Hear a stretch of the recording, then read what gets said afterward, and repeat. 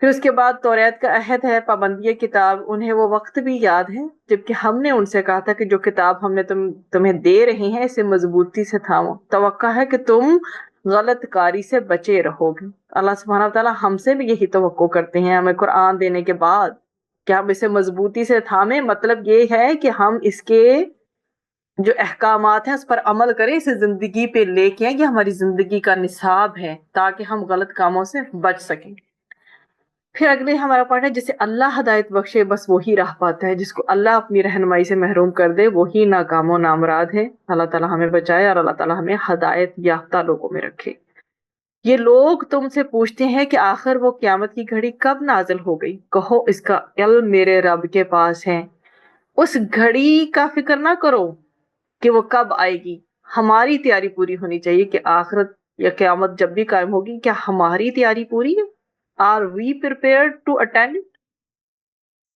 پھر اس کے بعد اے محمد صلی اللہ علیہ وآلہ وسلم ان سے کہو میں تو صرف اس وحی کی پیروی کرتا ہوں جو میرے رب نے میری طرف بھیجی ہے، یہ بصیرت کی روشنیاں ہیں، ایلیومینیٹ کرتی ہیں ہماری لائف کو۔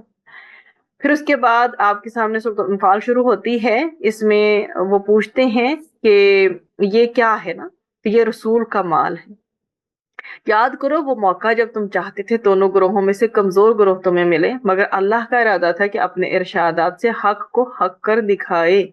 اللہ کی طرف سے پھر غیبی مدد آئی، وہ موقع جنگ بدر جب تمہاری مدد کے لیے پے در پے ون آفٹر دا ادر 1000 فرشتے بھیجے اللہ نے کنزیکٹیولی،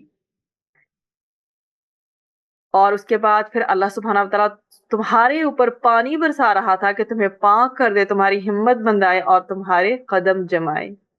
فرشتوں کی مدد آئی، آیا نمبر 12 میں مینشن ہے کہ تمہارا رب فرشتوں کو اشارہ کر رہا تھا کہ میں تمہارے ساتھ ہوں، تم اہل ایمان کو ثابت قدم رکھو۔ پھر آگے اگلی آیت 70، تمہیں انہیں قتل نہیں کیا بلکہ اللہ نے قتل کیا۔ جب معاونت بھی اللہ ہی کی آ گئی تو پیچھے تو پھر کوئی بات ہی نہ رہ گئی، پھر تو اس میں جیتنا بنتا ہی تھا۔ آداب جہاد مینرز بتائے گئے ہیں کہ جب تم ایک لشکر کی صورت میں کفار سے دو چار رہو تو ان کے مقابلے میں پیٹھ نہ پھیرو سوائے اس کے کہ جنگی چال کے طور پر ایسا کیا جائے۔ تو جب ایک جنگ ہے اس کے اندر آپ ایسے پیٹ پھیر کے بھاگ نہیں سکتے۔ آپ کو یاد ہوگا ہم نے گناہ کبیرہ کی لسٹ میں یہ پڑھا تھا۔ اور اگر کوئی سٹریٹجی ہے، کوئی چال ہے، کوئی ٹریپ کرنا چاہتے ہیں اپنے اینیمی کو، تو وقتی طور پر اگر آپ ایسا کچھ پلان کر کے کر رہے ہیں کہ دوبارہ میدان میں آنا ہے، کوئی سٹریٹجی اڈاپٹ کرنی ہے just to make yourself protected یا سیکیور کرنے کے لیے، then it's something else. لیکن یہ کہ بالکل ہی میدان جنگ سے بھاگ جانا وہ پھر آؤٹ آف مینرز ہے۔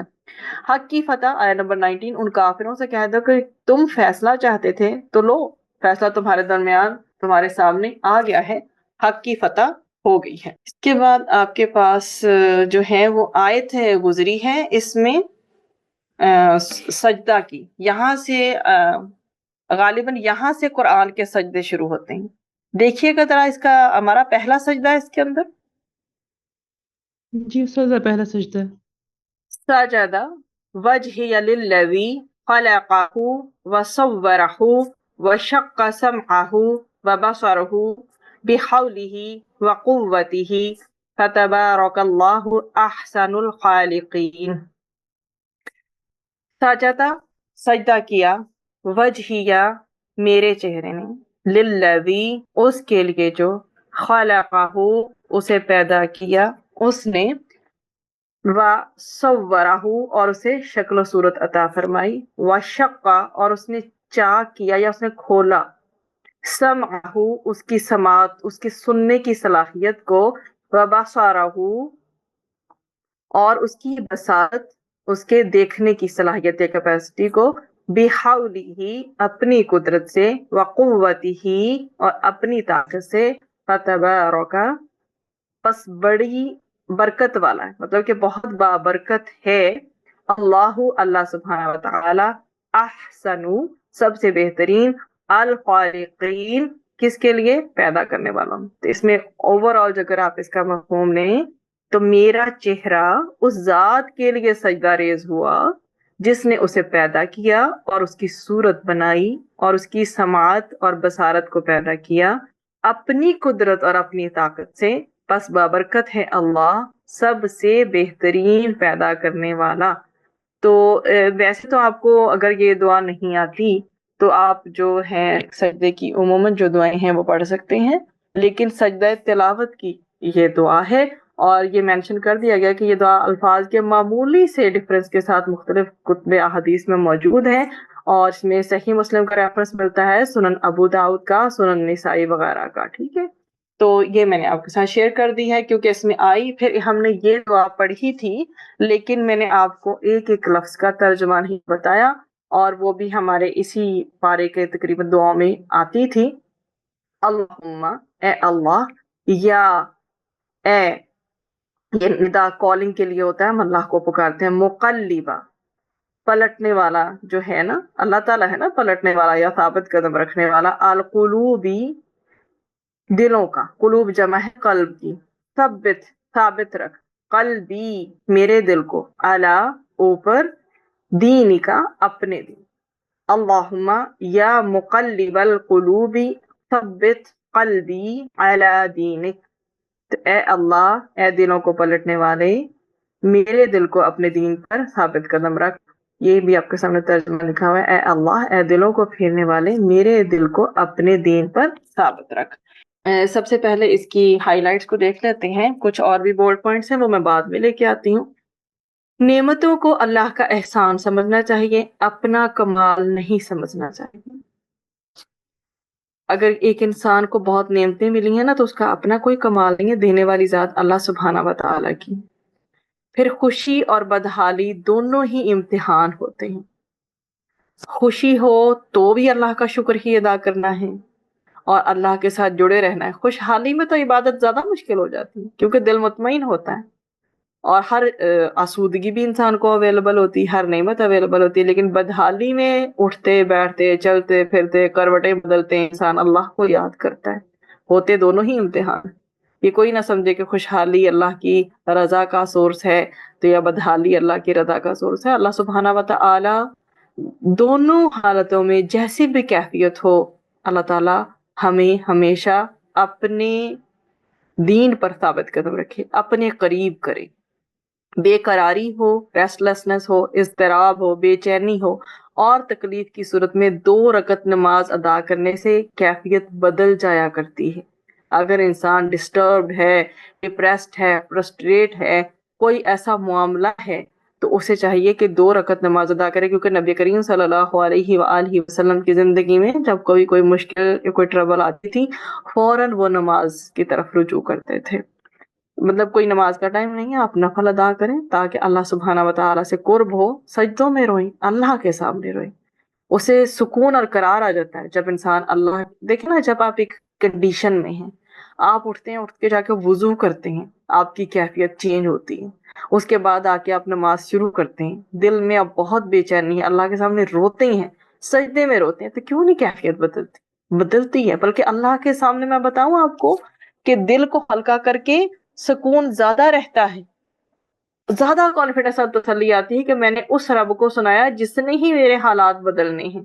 لیکن آپ کسی انسان کو، چاہے وہ آپ کا خیر خواہ ہے، چاہے کتنے ویل وشر ہے، آپ کا بہت کلوز ہے، آپ کی دوست یا کوئی بھی، آپ کی بہن، ماں، کوئی بھی، ان کے سامنے اپنا حال دل بیان کرنے سے اتنا سکون نہیں آتا جتنا اللہ کے سامنے بیان کرنے سے آتا ہے. یہ آپ آزما کر دیکھ لیجیے. اللہ تعالیٰ نہ کرے کبھی کسی کی زندگی میں کوئی کسی قسم کی ٹربل آئے، لیکن اگر کبھی کوئی مشکل کیفیت آ ہی جاتی ہے تو کوشش کریں کہ اللہ کے سامنے گڑ گڑائیں، اس کے سامنے روئیں، اس سے مانگیں. راز کے راز رہتے ہیں اور آپ کا دکھ بھی ہلکا ہو جاتا ہے. نیک کام کرنے کے باوجود اللہ سبحانہ و تعالیٰ سے ڈرتے رہنا چاہیے. ہمیں کیا معلوم ہم نے جتنا بھی اس میں کام کو کرنے میں سٹیپس اٹھائے ہیں وہ سارے کے سارے اللہ کی قبولیت کا باعث بن رہے ہیں یا نہیں. تو اس لیے نیک کام کو کرنے کے باوجود جتنے بھی ہمارے صالحین ہم سے پہلے تھے، تابعین گزرے ہیں، کام کر لیتے تھے لیکن پھر بھی ڈرتے رہتے تھے کہ میرا کام نہ جانے قبول ہوا ہے کہ نہیں اللہ کے ہاں. جیسے اب ہم دیکھیں نا، جب ہم نماز ادا کرتے ہیں تو ہمیں کیا کہا گیا، کیا ہے مسنون عمل؟ ایک دفعہ کہو اللہ اکبر، وہ ایک ہی دفعہ کہنا ہے. استغفر اللہ، استغفر اللہ، استغفر اللہ 3 دفعہ کہنا ہے تاکہ ہمارا اگر اس میں کوئی کمی کوتاہی رہ گئی، کوئی غلطی ہو گئی ہم سے اس کام کو کرتے ہوئے، ایون دو کہ ہم نے خلوص نیت سے کیا تھا اور قرآن و سنت کے اکارڈنگ کیا تھا، پھر بھی ہمیں ڈرتے رہنا چاہیے. کبھی بھی فخر، غرور اور تکبر نہیں آنا چاہیے ہم میں. جو شیطان کا سلوگن ہے نا، انا خیر منہ، وہ ہمارے اندر نہیں ہونا چاہیے. اللہ کا فضل سمجھنا چاہیے ہمیں کہ اللہ نے ہمیں توفیق دی عبادت کا وہ ریچول ادا کرنے کی جو ہم کر کے فارغ ہوئے. ابھی کامیابی صبر کے ساتھ ہے. کبھی بھی بے صبری کے ساتھ زندگی میں کامیابیاں نہیں ملتی. تو اسٹیڈ فاسٹ رہیں، ثابت قدم رہیں. اللہ تعالیٰ صبر کا پھل ہمیشہ دیتے ہیں، لیکن صبر کی جب بھی دعا مانگے تو نامکمل دعا نہ مانگے. جب بھی مانگے پوری دعا مانگے، اے اللہ تعالیٰ مجھے صبر و عافیت عطا فرما، اور صبر بھی ایسا کرنے کی توفیق عطا فرما جو صبر جمیل ہو، جیسا واقعہ ایک فقہ میں حضرت عائشہ رضی اللہ عنہا نے کیا. حضرت یوسف علیہ السلام سے دوری پر حضرت یعقوب علیہ السلام نے تو صبر کیا نا. تو اللہ تعالیٰ ہمیں ہمیشہ صبر جمیل عطا فرمائے، اور دعا بھی پوری مانگے کہ اللہ تعالیٰ ہمیں صبر و عافیت عطا فرما. سختیاں اور تکلیفیں دلوں کو نرم کرتی ہیں. نعمتیں جتنی زیادہ ہوں گی دل سخت ہوں گے. سختیاں، ہارڈ شپس سے بندہ گزرتا ہے، تکلیفیں ملتی ہیں تو دل نرم ہوتا ہے. It makes your heart soft. اور اللہ سے دعا ہے، اے اللہ تو ہمارے دلوں کو نرمی سے مزین کر دے. کیونکہ نبی کریم صلی اللہ علیہ وآلہ وسلم کے بارے میں کیا آیا، ہم نے اگر ہم اپنا انالیسس کریں کہ ہم نے ان دنوں میں کیا سیکھا ہے، تو اس میں یہ گزرا تھا کہ اگر نبی کریم صلی اللہ علیہ وآلہ وسلم ذرا بھی تند خو یا سخت دل ہوتے تو کیا دین اسلام کا میسج لوگوں میں ایسے پھیلتا؟ تکبر ہدایت کے راستے میں رکاوٹ بنتا ہے. Don't be arrogant. تکبر سے بچنا ہے. کبر، کاف با را، اپنے آپ کو بڑائی سے بچانا ہے. ہم ہیں ہی نہیں بڑے. جب ہم کہتے ہیں نا اللہ اکبر نماز میں، تو ہم اکبر، سارے بڑوں میں سے جو بڑا ہے وہ اللہ کو مانتے ہوئے کہتے ہیں. اس کا مطلب یہ ہوتا ہے کہ اے اللہ تعالیٰ ساری جو دنیا کا خالق مالک تو ہے، میں دنیا کی سب سے ادنا ترین بندی تیرے آگے کھڑی ہوں. یہ سوچ کر جب آپ کہیں گے نا اللہ اکبر اور اپنی نماز شروع کریں گے، آپ کی نماز کی کیفیت ہی الگ ہوگی.